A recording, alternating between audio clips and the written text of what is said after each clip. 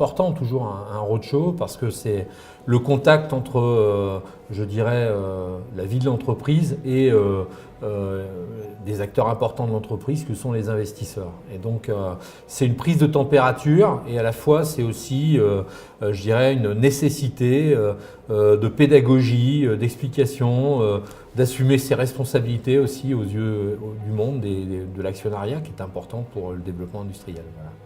Donc c'est pour moi c'est quelque chose de significatif. C'est moi qui viens du monde de la science, une rencontre tout à fait passionnante, un exercice de style passionnant également, mais voilà. Vous êtes couvert par plusieurs sociétés de brokers qui vous suivent. Quelle est pour vous l'importance d'être suivi en bourse? Alors l'importance c'est quand même tout ce qui est lien entre l'actionnariat et l'entreprise, donc la place des brokers, la place des analystes, on va dire, est extrêmement importante parce que ce sont les traducteurs, évaluateurs, donc conseilleurs, on va dire, et donc il y a une vraie nécessité à être couvert. Si on n'est pas couvert, se couvrir tout seul, je pense que c'est échapper finalement à la plupart des radars, et ça c'est pas une bonne chose, même si on peut regretter que le marché français est un marché relativement riche en entreprises, mais qui nécessiterait une couverture spécifique, spécialisée, beaucoup plus large. Pouvez-vous nous rappeler les activités d'Oncodesign et la stratégie de développement de votre entreprise? Alors Oncodesign, c'est une société de biopharmaceutique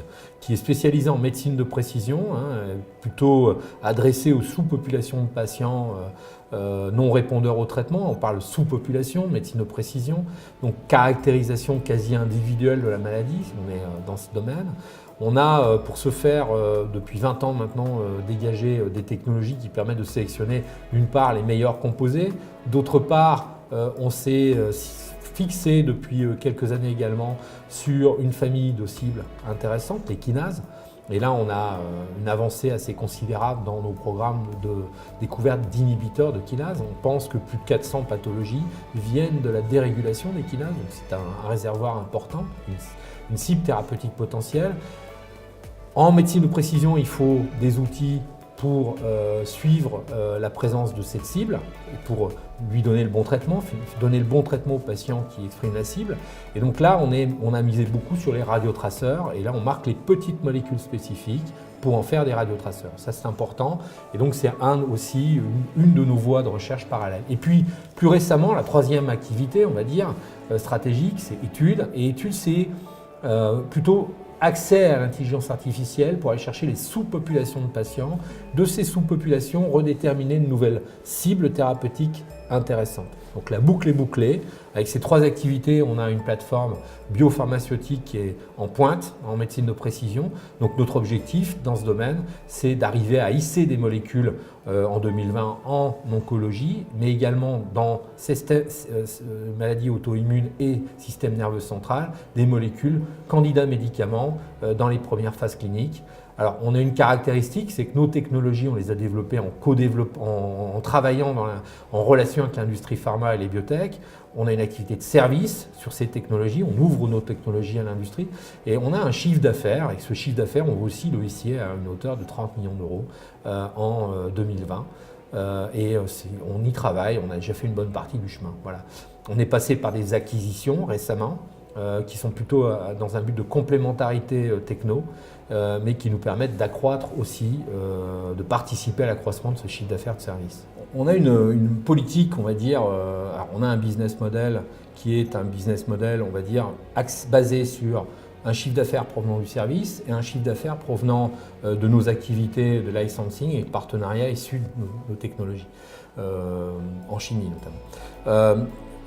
Le gros intérêt de ce chiffre d'affaires, on va dire, généré en service, c'est qu'il nous permet de financer les développements de l'entreprise donc de ne pas avoir besoin systématiquement de faire appel au marché pour aller vers des objectifs plus ambitieux qui sont des développements thérapeutiques par la suite.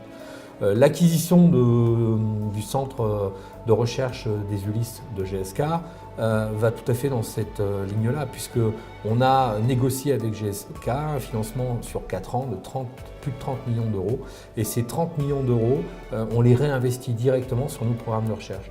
En gros, de 2016 à 2020, sans appel au marché, on a prévu d'investir 40 millions d'euros à partir de ces différentes sources. Voilà. Et c'est un aspect très significatif et peu commun avec d'autres sociétés de biotech. Alors les perspectives 2018, on est sur la fin de la phase 1 de notre première molécule qui est en essai clinique. Et donc c'est un radiotraceur. Donc on publiera ces résultats en juillet, lors du congrès international de l'ASCO aux États-Unis.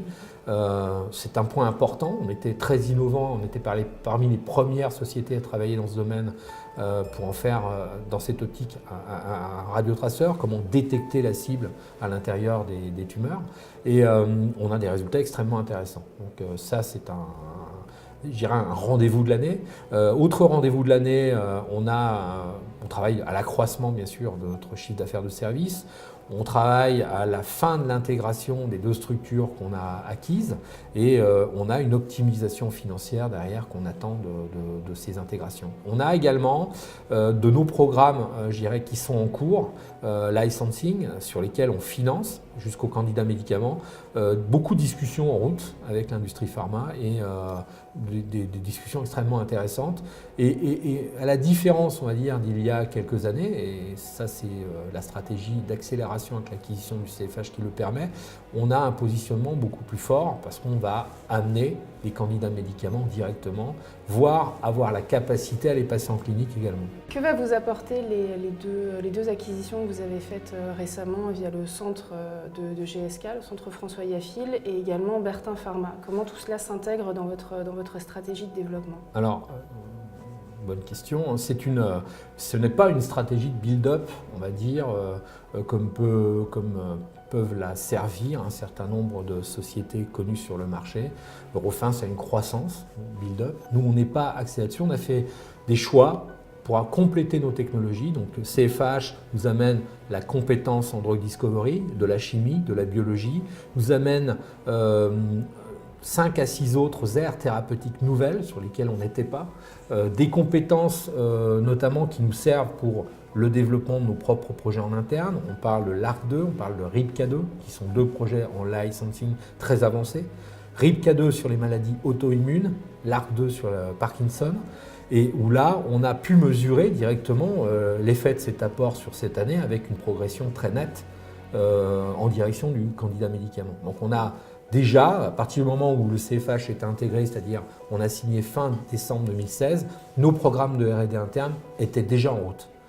On a aussi passé nos 2 programmes MNK1, ALK1, qui sont les 2 autres cibles intéressantes qui sont passées en lead-up, en fin d'année, en lead optimisation. Donc on a 4 programmes qui ont été accélérés et pour lesquels on a des espoirs extrêmement importants sur les 2-3 ans qui viennent de sortir des candidats médicaments.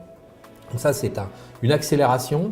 Dans notre stratégie, il n'y a pas de centre qui fait telle ou telle activité. Ils font tous, ils font du service. On a aussi produit un chiffre d'affaires de service avec le CFH qui montre qu'avec une mentalité finalement très pharmaceutique, on peut aussi s'adapter à un modèle différent.